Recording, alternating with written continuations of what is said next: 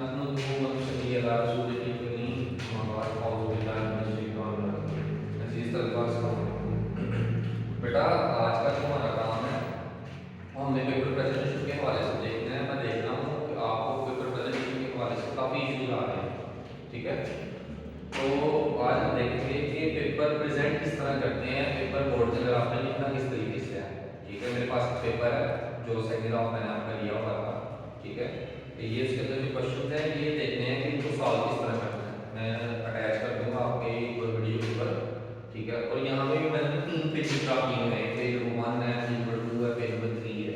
इन तीनों पेजेस के ऊपर मैं देखूंगा कि आपने कौन कौन से क्वेश्चंस को सॉल्व करना है, कौन कौन से क्वेश्चन स्किप करने हैं, ठीक है। और उन क्वेश्चंस को किस तरह सॉल्व करना है। तो याद रखिएगा पेपर सॉल्व करते वक्त आपके पास 3 चीजें तो एटलीस्ट लाजम होनी चाहिए, 3-4 चीजें। सबसे पहले आपके पास एक ब्लू मार्कर होना चाहिए, ठीक है। ब्लू मार्कर इसलिए होना चाहिए कि आप हेडिंग्स वगैरह दे सकें उसके साथ, ठीक है। अगर आप पेन का इस्तेमाल करना चाहिए, आप बॉल पेन का इस्तेमाल करना चाहिए तो बॉल पेन का इस्तेमाल भी कर सकते हैं, ठीक है, क्वेश्चन का आंसर देने के लिए। और तीसरी चीज आपके पास ब्लैक मार्कर होना चाहिए, ठीक है। पेपर के अंदर ब्लैक इंक भी अलावा तो आप ब्लैक मार्कर के साथ या ब्लैक पॉइंटर के साथ नीचे क्वेश्चंस को लिखें, ठीक है। ये 3 चीजें आपके पास लाजम होनी चाहिए। मार्जिन लाइन आपने कंपल्सरी ड्रा करनी है पेपर के अंदर, जो आपको बोर्ड का पेपर मिलेगा उसके अंदर मार्जिन लाइंस नहीं होंगी। आपने मार्जिन लाइंस लगानी मार्कर के साथ, चाहे आप ब्लू मार्कर के साथ लगाए चाहे आप ब्लैक मार्कर के साथ लगाए, ठीक है। तो सबसे पहले आपको जो पेपर मिले, आप पेपर मिलते ही जो ना आप सबसे पहले मार्जिन लाइंस ड्रा करें। मार्जिन लाइंस ड्रा करने के बाद आपको मिलेगा एमसीक्यू शीट। एमसीक्यू ये तकरीबन 15-20 नंबर होते हैं, तो 15-20 मिनट होते हैं। आप कोशिश करें कि 10 मिनट के अंदर आप 10 या 15 मिनट मैक्सिमम के अंदर आप बबल्स फिल कर दें उसके लगा के, ठीक है। बबल फिलिंग करने के बाद आप पेपर को स्टार्ट करें, ठीक है। पेपर को शुरू करने का तरीका ये मेरे पास पेपर है, इसके ऊपर क्वेश्चन नंबर 1 तो हमारे पास सब्जेक्टिव होगा जिसके अंदर एमसीक्यूज होंगे। जो क्वेश्चन नंबर 2 होगा वो हमारे पास सब्जेक्टिव होगा, पहले वाला ऑब्जेक्टिव है, ये सब्जेक्टिव होगा। इसके अंदर क्वेश्चन नंबर 2, 3, 4 और 5, 6 एंड सो ऑन। सो सबसे पहले आप शॉर्ट क्वेश्चन अटेम्प्ट करें। आप इन तीनों क्वेश्चंस में देखें आपको क्वेश्चन आता कौन सा है। ज्यादा क्वेश्चन किसके आते हैं, 3 के आते हैं, 4 के आते हैं या 2 के आते हैं। वैसे आपको क्वेश्चन नंबर 2 पे ज्यादा क्वेश्चन आते हैं, ठीक है। तो आपने यहाँ ऊपर हेडिंग देनी है क्वेश्चन नंबर 2 मार्कर के साथ हेडिंग दी। फिर उसके बाद आपने देखना है कि आपने इसमें से क्वेश्चन अटेम्प्ट कौन सा करना है, ठीक है। अब इसके अंदर 8 क्वेश्चन है, 8 में से आपने आउट ऑफ 5 क्वेश्चन अटेम्प्ट करने हैं, ठीक है। आप लोगों ने जब क्वेश्चन अटेम्प्ट करने का गाइड आपने सबसे पहले क्वेश्चन अटेम्प्ट करना है क्वेश्चन नंबर 3, ठीक है। तो आप लोगों ने ये नहीं रखा पहले क्वेश्चन नंबर 1 की हेडिंग देनी है, आपने क्वेश्चन नंबर 3 की हेडिंग देनी है, लाइक दैट। मार्कर लिया और मार्कर के साथ यहाँ पे आपने 3 की हेडिंग दी, ठीक है। 3 की हेडिंग दी और क्वेश्चन को शुरू कर दिया। अब यहाँ पे जो क्वेश्चन नंबर 3 है वो ये लिखा हुआ है कि in which state does matter exist in sun, ठीक है। तो आपने यहाँ पे मार्कर के साथ पहले उसकी हेडिंग देनी है state of matter on sun, state of matter on sun. यहाँ पे इन्वर्टेड कॉमास लगाएं, ठीक है।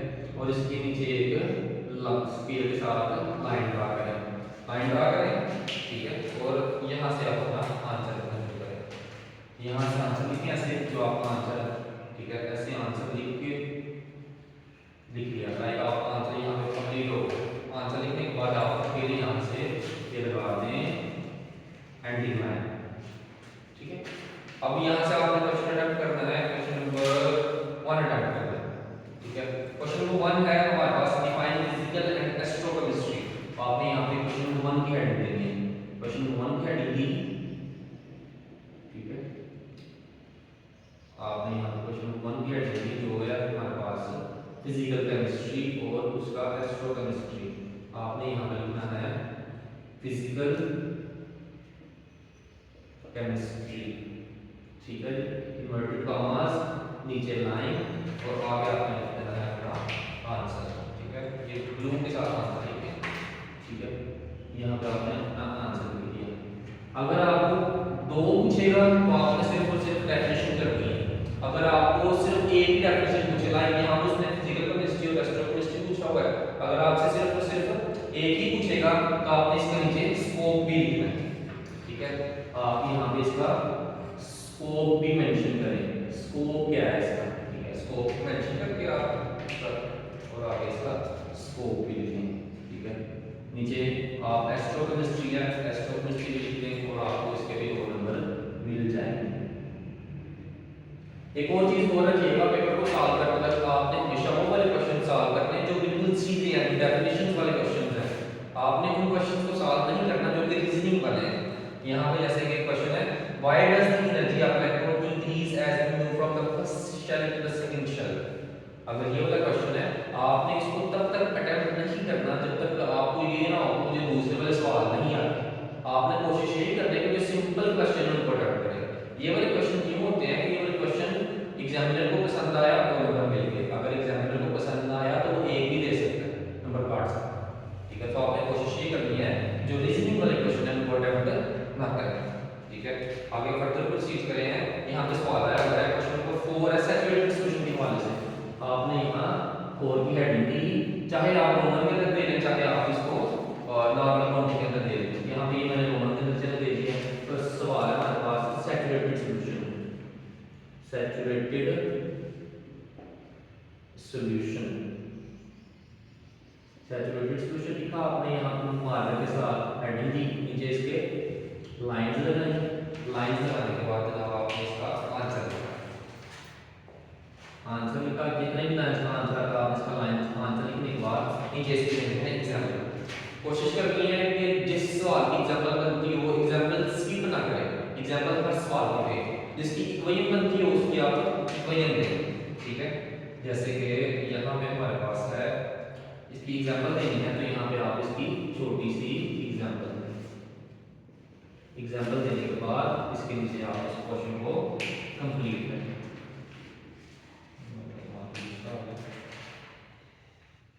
कंप्लीट करने के बाद इसके नीचे फिर से आपने एंडिंग लाइन लगानी है। एंडिंग लाइन लगाने का मकसद ये होता है कि उसको एग्जामिनर को आसानी से पता लग जाएगा यहाँ पे इसका सवाल कंप्लीट हो गया, इसको इसके नंबर दे दो, ठीक है। सो एंडिंग लाइन कोशिश करें क्लास में लगाएं। इसके कितने अटेम्प्ट हो गए, 1 का 2 और 3 अटेम्प्ट हो गए। उसके बाद आप चौथा सवाल इसका अटेम्प्ट करते हैं, ठीक है। आप यहाँ पे देखें दूसरा सवाल इसमें पूछा हुआ है how can you distinguish between a compound and a mixture. तो आपने यहाँ पर कंपैरिजन करना है कंपाउंड और मिक्सचर का। ये सवाल नंबर है 2, ठीक है। ये सवाल नंबर है 2। जब आपने कंपैरिजन करना है तो कंपैरिजन कोशिश करें, अगर छोटा कंपैरिजन है तो लाइन लगा के करें। अगर आपको लगता है कि कंपैरिजन लाइन लगाने से मुश्किल हो जाएगा तो आप इसको सिंपल एज इट इज लिखें, ठीक है। नॉर्मली पेपर के अंदर कंपैरिजन छोटा ही आएगा, ठीक है। जैसे कि कंपाउंड और मिक्सचर का तो आप यहाँ पे एक लाइन लगाएं, लाइन यहाँ पे सीधी इमेज से लगेगी, आप स्केल का इस्तेमाल करें। लाइन लगा लाइन लगाएंगे, यहाँ पर हेडिंग दी कंपाउंड की, कंपाउंड की और यहाँ पे मिक्सचर, ठीक है।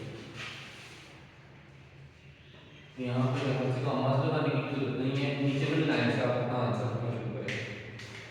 यहाँ से आंसर लिखिए आप अपना, ऐसे ऐसे इसका आंसर लिखिए, ठीक है जी। ऐसे आंसर लिखा, 1 पॉइंट हो गया। कोशिश करें कि कंपैरिजन के अंदर 3 पॉइंट्स हों, ठीक है। नीचे आपने लिखनी है इसकी एग्जांपल, इसकी एग्जांपल है तो आपने इसकी एग्जांपल लिखनी है, ठीक है। आप इसकी एग्जांपल लिखें, यहाँ पे आप इसकी भी एग्जांपल लिखें, ठीक है। एग्जांपल लिखने के बाद तीसरा पॉइंट आप मेंशन कर दें, इसकी जो टाइप्स होती हैं आप इसकी यहाँ पे टाइप्स कर दें और इसकी डीकंपोजिशन कर दें, डीकंपोजिशन कर दें, ठीक है। ये डीकंपोजिशन हो सकता है। तीसरा पॉइंट आप इसका डीकंपोजिशन वाला लगाने के कंपाउंड को डीकंपोज किया जा सकता है केमिकल रिएक्शन से उसके एलिमेंट्स में, ठीक है। पॉइंट्स करने के बाद आपने जनाब यहाँ पे इसकी भी एंडिंग लाइन लगानी है,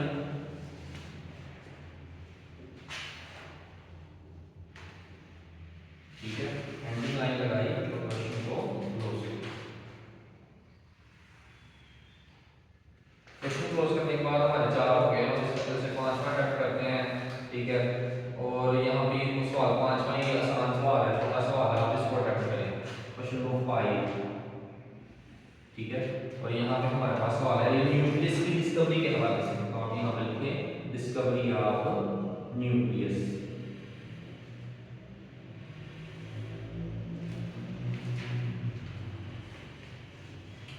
एक बात ज़हन में जरूर रखिएगा, आपकी राइटिंग चाहे अच्छी हो या ना हो, ठीक है, बहुत बुरी भी नहीं होनी चाहिए, लेकिन ये कि अगर आपकी राइटिंग नॉर्मल भी है, आप अगर पेपर को अच्छे तरीके से प्रेजेंट करेंगे तो एग्जामिनर के पास जवाब हो सकेगा कि आपके वो नंबर काटें, ठीक है। तो आपका डिस्कवरी ऑफ न्यूक्लियस लिखें, बताएं किसने डिस्कवर किया था, कब डिस्कवर किया था और कैसे डिस्कवर किया था। आप सबको पता है कि discovery of nucleus other part के गोल्डवेल एक्सपेरिमेंट के जरिए 1911 के अंदर, आप यहाँ पे आंसर लिखें तो इस क्वेश्चन को क्लोज करें, ठीक है। ब्लू से आपने इसका आंसर लिखना, ब्लू से आप इसका आंसर लिखा तो आप इस क्वेश्चन को भी क्लोज करें, ठीक हो गया। अब आपने क्वेश्चन करना है क्वेश्चन नंबर 3 शुरू, ठीक है। अब आपकी नीचे ये स्पेस बच गई है, ठीक है। बहुत ज्यादा शीट्स होती हैं, आपने इस स्पेस को छोड़ देना है, इस स्पेस को छोड़ दें, आपने नेक्स्ट पेज पर आ जाना, ठीक है। नेक्स्ट पेज पर आना है, आप जैसे यहाँ पर मैंने क्वेश्चन नंबर 2 की हेडिंग दी है, आप यहाँ क्वेश्चन नंबर 3 करना है, क्वेश्चन नंबर 3 की हेडिंग दे, क्वेश्चन नंबर 4 करना है, क्वेश्चन नंबर 4 की हेडिंग दे। जैसे कि मैं यहाँ पर हेडिंग देता हूँ question number 3, question number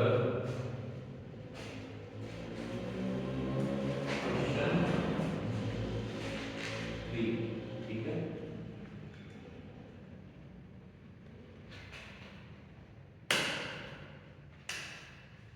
question number 3, ठीक है, मार्कर के साथ लिख के नीचे स्केल के साथ इसके लाइन लगा। अब यहाँ पे क्वेश्चन नंबर 3 है, इसके अंदर भी आपने 5 सवाल अटेम्प्ट करने हैं, ठीक है।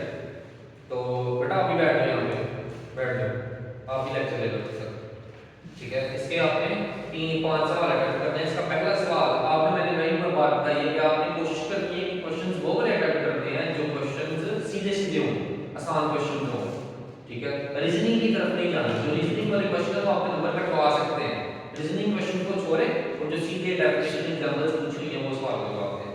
तो यहाँ पे पहला सवाल है define octet and duplet rule, how this rule was developed, ठीक है। और किस तरह ये रूल डेवलप किया गया, ठीक है। तो आप यहाँ पे लिखें डुप्लेट रूल, क्वेश्चन नंबर 1 है, क्वेश्चन नंबर 1, ठीक है, duplet rule, duplet rule, duplet rule लिखा, ठीक है। डुप्लेट रूल लिखने के बाद आपने यहाँ पे इसको डुप्लेट रूल का attaining electron is called duplet rule, ठीक है। वो नीचे ना आई की क्या है ना, आपने ये भी बता देना है कि ये कौन कौन फॉलो करते हैं। ये duplet rule normally hydrogen, helium इस तरह के एलिमेंट्स फॉलो करते हैं जिनके लो पोटेंशियल, ठीक है।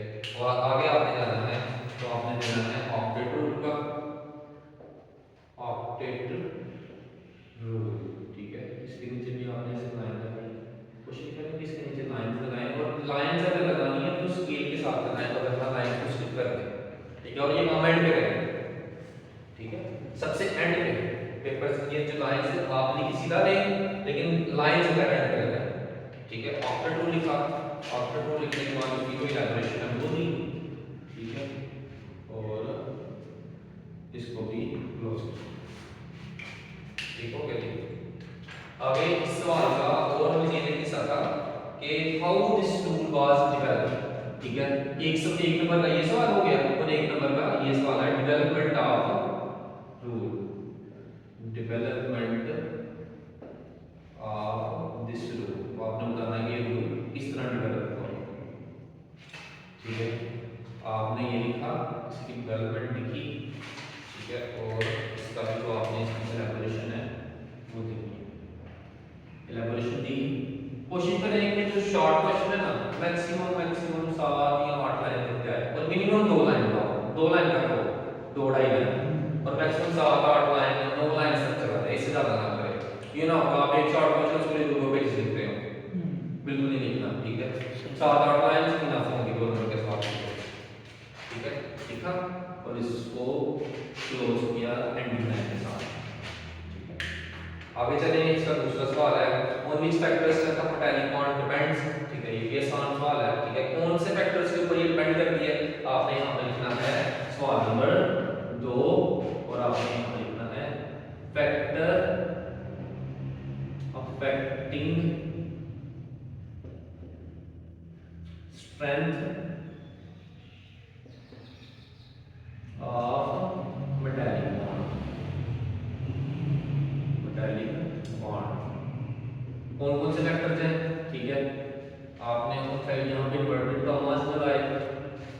ठीक है, तो फैक्टर्स के हवाले से लिखते हैं कौन कौन से फैक्टर हैं। These are the following factor. आप यहाँ पे दे लिख के एक ये फैक्टर और एक ये फैक्टर, इस तरह के दोनों फैक्टर लिखते हैं कि ये वाले फैक्टर हैं जो कि सिस्टम को जो है ना हमारे पास अफेक्ट करते हैं।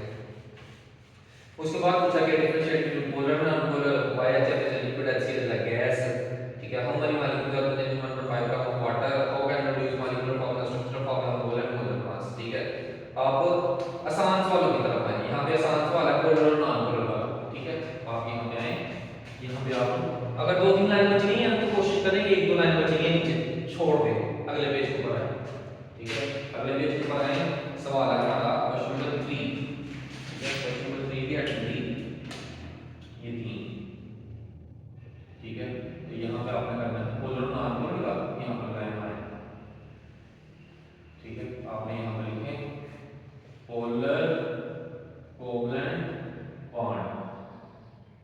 ठीक है, और यहाँ पे नॉन पोलर कोवलेंट बॉन्ड। ठीक है, इस सवाल पे इसको ऐसे प्रोसेस कर दिया। ठीक है, ऐसे प्रोसेस करेंगे। प्रोसेस करने के बाद आपने यहाँ पे 3 एग्जांपल्स लिखे। एग्जांपल इसी भी यहाँ पे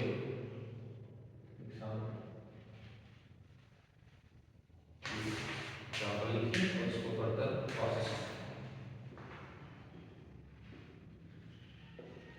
सवाल।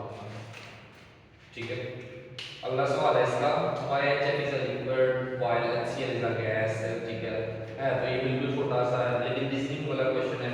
कोशिश करें अगर आपको बिल्कुल तरीके से आता है तो फिर तो कर ले, अगर नहीं आता या थोड़ी सी कंफ्यूजन है तो छोड़ दे। जो आसान सवाल है उनको देखें, जो सीधे सीधे जैसे यहाँ पर relationship between mole and molar mass है, आप इसको अटेम्प्ट करें। ठीक है, तो यहाँ पर चौथा सवाल है। ठीक है, तो relationship between mole and molar mass आप यहाँ पे पहले लिखें मोल की डेफिनेशन। मोल लिखी। ठीक है, इसको प्रोसेस किया, मोल की डेफिनेशन लिख के मोल को प्रोसेस किया। उसके बाद आपने यहाँ पे मोलर मास की डेफिनेशन लिखी, मोलर मास। ठीक है, इसको भी आपने ऐसे आगे प्रोसेस किया। ये भी इसका जवाब है। ठीक है, आप इसको प्रोसेस कर देंगे तो ये आपका सवाल यहाँ पे कितने हो गए हमारे 1 2 3 और 4। सॉरी ये मैं गलती कर गई, यहाँ पे क्वेश्चन नंबर 4 नहीं था, ये क्वेश्चन नंबर है 8 और इसको 8 करें। ये क्वेश्चन नंबर 8। और अगर आप इस तरह की गलती करेंगे ना तो ये नंबर आपको कटवा देंगे, एग्जामिनर आपका नंबर काट देगा। स्कूल में तो हम क्या करते हैं नंबर दे देते हैं, लेकिन एग्जामिनर आपका नंबर काट देगा। इस तरह की गलती से गुरेज करें। अगला सवाल है how can we reduce molecular formula from the structural formula. ये वाला सवाल है और यहाँ पे एक हमारे पास न्यूमेरिकल है 1.5 ग्राम वाटर के अंदर कितने नंबर ऑफ मॉलिक्यूल होते हैं। ठीक है, आप इनमें से दोनों आसान सवाल है जो समझ से अटेम्प्ट करें। ठीक है, मैं अगर तो मैं इसको आसान समझता हूँ कि मॉलिक्यूलर फॉर्मूला स्ट्रक्चरल फॉर्मूला से किस तरह रिड्यूस किया जाए। तो अभी हमने इसका थर्ड नंबर लिखे, नंबर है इसका 7। ठीक है, 7 नंबर लिखा, तो आप यहाँ पे इसकी heading they reduction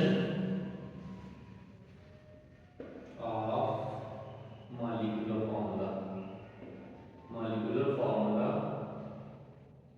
from empirical formula, sorry structural formula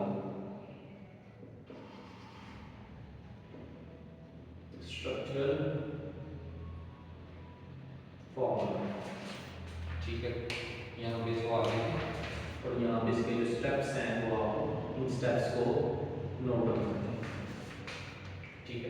अगला सवाल है, यहाँ पे कितने हो गए हमारे 5 पूरे के 1 2 3 4 और 5 5 सवाल पूरे हो गए। इसी तरह क्वेश्चन नंबर 4 के ऊपर आए, ठीक है। मैं यहाँ से आ जाता हूँ क्वेश्चन नंबर, ये तो परमानेंट है, चलो अच्छा हो नहीं जाता इस्तेमाल हो।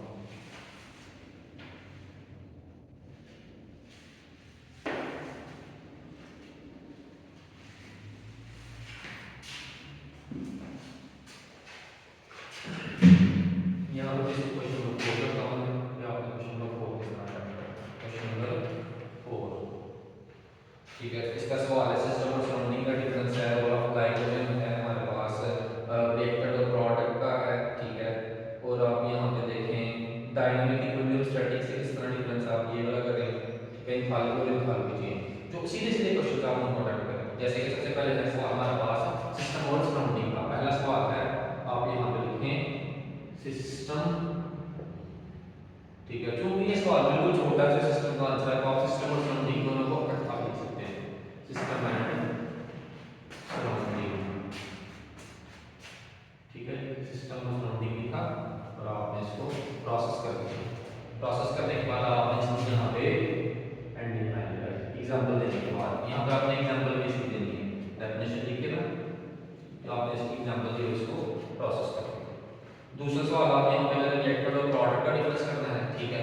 तो आप ये सवाल करना है हमारे पास यहाँ पे 8, ठीक है।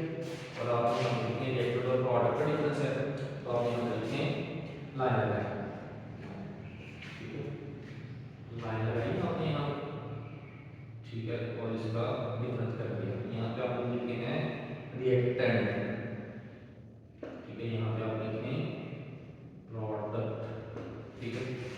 डेफिनेशन लिखी, ठीक है। डेफिनेशन लिखने के बाद आपने यहाँ पे एक ही मिसाल दे दी, ठीक है। जैसे मेरे पास तो आपने यहाँ पे मेरे पास ग्रीन था इस्तेमाल करने के लिए, ये परमानेंट है, ठीक है। तो मैं यहाँ पे यहाँ पे भी ब्लू का इस्तेमाल करता हूँ, लेकिन यहाँ पे आपने जब इमेज लिखनी है तो आपने ब्लैक का इस्तेमाल करना है, यूज ऑफ ब्लैक मार्कर, ठीक है। सो आप यहाँ पे मिसाल दे दें nitrogen plus 3 hydrogen reversibly react करके अमोनिया बनाते हैं, ठीक है। तो आप यहाँ से बता दें कि ये इसके रिएक्टेंट है और ये इसके प्रोडक्ट्स हैं। सवाल किया तो उसके बाद आप अगले सवाल प्रोडक्ट करें, वो भी जो आसान है, एंथैल्पी और एंथैल्पी चेंज का डिफरेंस करें, ठीक है। तो ये आप यहाँ पे सवाल है हमारे पास 2, ठीक है। यहाँ पे लिखें सिर्फ एंथैल्पी, एंथैल्पी किया, ठीक है। इसको प्रोसेस किया, ठीक, इसको प्रोसेस किया आपने, और उसके बाद आपने यहाँ पे एंथैल्पी चेंज किया, यहाँ पे एंथैल्पी चेंज, उसको भी प्रोसेस किया और इसको खत्म किया। सॉरी यहाँ पे मैं लाइन लगाना भूल गया, और इसको भी आपने ऐसे प्रोसेस किया, ठीक है। और एंडिंग लाइन का यहाँ पे एंडिंग लाइन लगाना भूल गया, लेकिन आपने यहाँ पे इसकी भी एंडिंग लाइन लगानी, ठीक है। आगे चलते हैं,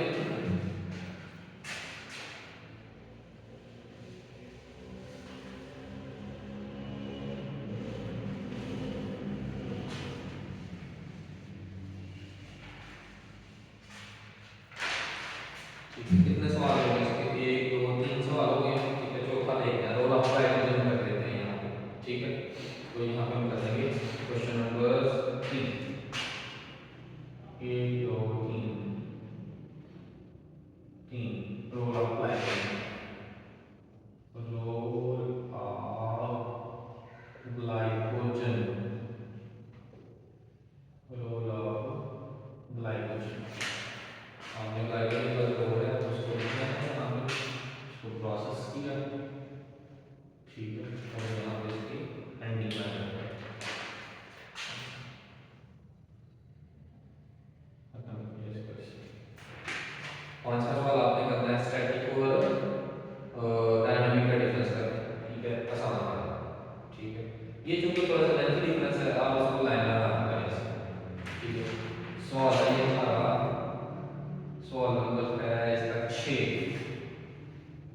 6 सवाल में लिखा, आप यहाँ पर लिखें पहले स्टैटिक इक्विलिब्रियम, स्टैटिक इक्विलिब्रियम, ठीक है। इसको आपने प्रोसेस किया, यहाँ पे हम इसकी एग्जांपल भी बोल सकते हैं, एग्जांपल किसके लिखें, एग्जांपल, ठीक है। और उसके बाद आपने इस एग्जांपल को प्रोसेस करने के बाद यहाँ पर लिखना है इसका डायनामिक इक्विलिब्रियम, डायनामिक इक्विलिब्रियम, ठीक है। डायनामिक इक्विलिब्रियम को आपने प्रोसेस करना है,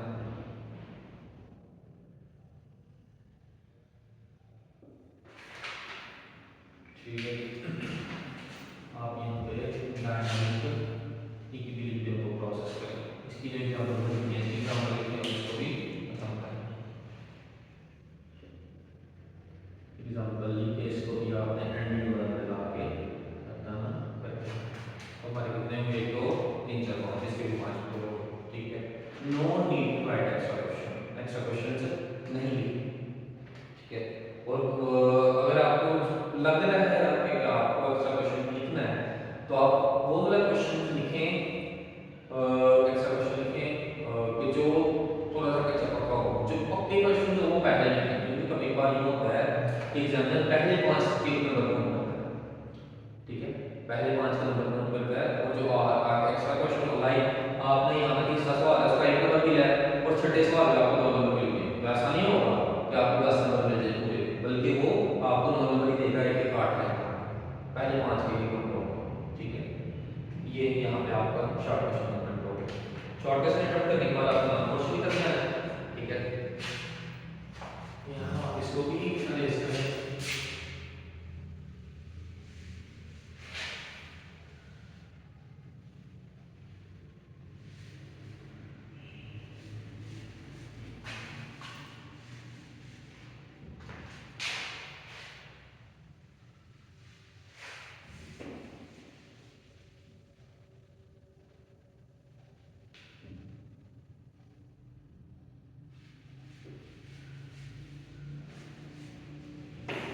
यहाँ पे मैंने क्वेश्चन लिखा हुआ है क्वेश्चन नंबर 3, और यहाँ पे आपने जो भी क्वेश्चन करना है, क्वेश्चन 5 क्वेश्चन नंबर 6 या क्वेश्चन नंबर 7, आपने जो भी अटेम्प्ट करना है अपने यहाँ पे वो अटेम्प्ट करना है। लाइक मैं यहाँ पे सबसे पहले अटेम्प्ट करता हूँ क्वेश्चन नंबर 7, ठीक है। पहले ये पार्ट अटेम्प्ट करें फिर बी पार्ट अटेम्प्ट करें, ठीक है। मैं यहाँ पे क्वेश्चन नंबर 7 को अटेम्प्ट करता हूँ। कम क्वेश्चन लिखने की कुछ खास जरूरत नहीं है, यहाँ पे लिखना भी है तो कुछ जल्दी लिख भी लेंगे, इतना इशू नहीं है, लेकिन कोशिश करेंगे जब भी आपने लाभ क्वेश्चन शुरू करने हैं अगले पेज से शुरू करें, नीचे जो जगह बचती है उसको छोड़ दें। जो जगह छोड़ते हैं एक और चीज याद रखिएगा, जो जगह छूटती है ना उसके नीचे ऐसे क्रॉस लगा, ठीक है, उसके नीचे ऐसे क्रॉस लगा छोटा सा। अब ऐसे क्वेश्चन नंबर 7 अटेम्प्ट करना है, उसका पहला सवाल है हमारे पास कोवलेंट बॉन्ड, ठीक है। अब ये नाम क्वेश्चन की अटेम्प्टेशन किस तरह करनी है, आप कोवलेंट बॉन्ड, तो आप यहाँ लिखें कोवलेंट बॉन्ड, कोवलेंट बॉन्ड, ठीक है। कोवलेंट बॉन्ड लिखा और यहाँ पे कोवलेंट बॉन्ड को हमने यहाँ पे आगे प्रोसेस किया, डेफिनेशन होगी, डेफिनेशन होने के बाद आप यहाँ पे करें, चूंकि इसने आपसे पूछा हुआ डिफरेंट टाइप्स के हवाले से, मुझे इसकी एनर्जी के हवाले से नहीं पूछा, तो आप उसको मेंशन करने की जरूरत ही नहीं है, आप यहाँ पे लिखिए इसकी टाइप्स ऑफ कोवलेंट बॉन्ड, ठीक है, टाइप्स, टाइप्स ठीक है। यहाँ पे तो यहाँ पे दिक्कत हो जाए कौन सी है, 1 2 और 3, ठीक है। इन तीनों टाइप के बारे में आपने बताया, और यहाँ पे एक एक टाइप का होगा, आप इसको एक्सप्लेन करें। यहाँ पे आप लिखें पहली टाइप सिंगल कोवलेंट बॉन्ड है, तो आप यहाँ पे लिखें single covalent bond, single covalent bond लिखा, प्रोसेस किया, लिख दिया, लिखने के बाद आपने इसकी रिप्रेजेंटेशन लिखनी है, वो भी आप मार्कर से लिखें। रिप्रेजेंटेशन किस तरह से रिप्रेजेंट किया जाता है, रिप्रेजेंटेशन, ठीक है। और उसके बाद बाद आपने इसके नीचे इसकी एग्जांपल्स करनी है। एग्जांपल्स कोशिश करें कि मैं आपको बताया तो उसके लिए जिस तरह आपने क्वींस की उसी तरह आपने एग्जांपल्स की अलग मार्क कर सकते हैं। जैसे कि सिंगल की हमारे पास मिसाल है, हमारे पास हाइड्रोजन की है तो आप यहाँ पे हाइड्रोजन की मिसाल कर दें। ठीक है, उसके पास एक इलेक्ट्रॉन है प्लस ये क्रॉस लगाया, इसको प्रोसेस किया, ये हमारे पास बन गया ये। यहाँ आप इसको H और H इस तरह दो मिसालें करते हैं, एक ये करते हैं, इस तरह भी और करते हैं। ठीक है, उसके बाद आप सिंगल कोवलेंट बॉन्ड लिखा, फिर इसके बाद आपने डबल लिखा, डबल कोवलेंट बॉन्ड और ट्रिपल कोवलेंट बॉन्ड, तीनों को इलैबोरेट किया।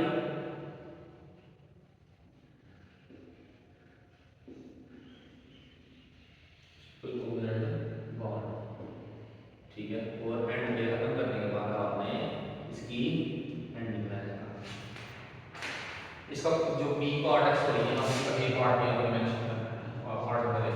इसका जो बी पार्ट है वो है हमारे पास इनऑर्गेनिक और ऑर्गेनिक केमिस्ट्री के वाले से है। ठीक है, सो ये चार नंबर का सवाल है, कोशिश करेंगे यहाँ पे ये ब्रांचेस का पूछा तो बेसिक डेफिनेशन लिखें। यहाँ का बी पार्ट मेंशन करें इसका। ठीक है, बी पार्ट मेंशन करने के बाद आप यहाँ पे लिखें केमिस्ट्री, केमिस्ट्री। ठीक है, इसकी ब्रांचेस है, इसको प्रोसेस की डेफिनेशन लिखा, लिखी इसकी डेफिनेशन लिखने के बाद आपने इसकी एल्गोरिथम्स है इनऑर्गेनिक केमिस्ट्री, यहाँ हाँ जी inorganic chemistry, inorganic chemistry, inorganic chemistry लिखा, इसकी डेफिनेशन। ठीक है, प्रोसेस की और इसका स्कोप, स्कोप लिखते हैं, यूजेस लिखते हैं, जो आपको ज़हन में आए उसका स्कोप लिखा। ठीक है, और उसको भी ऐसे प्रोसेस करते हैं। स्कोप लिखने के बाद आप यहाँ पे लिखें ऑर्गेनिक केमिस्ट्री, ऑर्गेनिक केमिस्ट्री। ठीक है, ऑर्गेनिक केमिस्ट्री के बाद इसका भी नीचे स्कोप लिखा, प्रोसेस किया, एंड इसके एंडिंग में आया। हमारा क्वेश्चन नंबर 7 कंप्लीट हो गया। इसी तरह क्वेश्चन नंबर 8 है, क्वेश्चन नंबर 8 को भी आपने इसी तरह अटेम्प्ट करना है कि जिस तरह का सवाल आए उस तरह आपने वो चीजें मेंशन करनी है। जैसे कि यहाँ पे क्वेश्चन नंबर 7 का आपने यहाँ पर अटेम्प्ट करना है, ऊपर का मॉडल करना है, या आपने ये करना है, क्वेश्चन नंबर 5 करना है, ये आपको ऊपर डिपेंड है कि आपने कौन सा अटेम्प्ट करना है। ठीक है, पैटर्न उसका कुछ नहीं करना, आपने कोशिश ये करनी है कि आप हेडलाइंस बना कर जितनी ज़्यादा हेडलाइंस होगी उतना ये काम में फीस लगेगा और उतने चांसेस होंगे कि आपके नंबर कम करेंगे, नंबर ना करेंगे। ठीक है, इस तरह पेपर करेंगे तो उम्मीद करता हूँ कि आपके फुल मार्क्स भी आ जाएंगे और नंबर नहीं कटेंगे। अगर आप गलतियाँ करेंगे, ठीक है, सीधा सीधा लिखते जाएंगे, आप सारा याद करके जाएंगे, सारी सारी ऊपर टमा के पॉइंट्स ना बना के जाएंगे तो आपके नंबर कट जाएंगे। तो आपने ये गलती नहीं करनी, पॉइंट्स बनाने जरूर बनाने पॉइंट्स। ठीक है, और पॉइंट्स बना के साथ में लिखना, ये ना हो सिर्फ पॉइंट्स बना के आते लिखे जो है ना स्टूडेंट जिस तरह करते हैं कि वो सिर्फ प्रेजेंटेशन के ऊपर ही जो है ना रहते हैं कि प्रेजेंटेशन अच्छी है हमारी, हमारे नंबर भी आ जाएंगे, लेकिन एग्जामिनर पढ़ के उसको चेक करते हैं, सो उसके अंदर लिखेंगे तो याद रखते हैं। आगे हमारे पास क्वेश्चन नंबर 5 है सॉल्यूशन कोलाइडल सॉल्यूशन सस्पेंशन का। तो उसका भी आपने ये करना है, पहले आपने सॉल्यूशन का लिखना है, फिर कोलाइडल सॉल्यूशन लिखना है, फिर आपने सस्पेंशन लिखना है, उसकी एग्जांपल्स वगैरह इक्विवेलेंट बेस की डायग्राम बनानी है। एटॉमिक नंबर और मास नंबर का सवाल यहाँ पूछ दिया गया है। एटॉमिक नंबर और मास नंबर की पहले आपने डेफिनेशन लिखनी है, इसकी रिप्रेजेंटेशन करनी है कि किस तरह इसको रिप्रेजेंट किया जाता है। ठीक है, नीचे फॉर्मूला कर देना है और एक मिसाल कर देनी है जिसके अंदर आपको न्यूट्रॉन्स वगैरह फाइंड करने हैं आपको।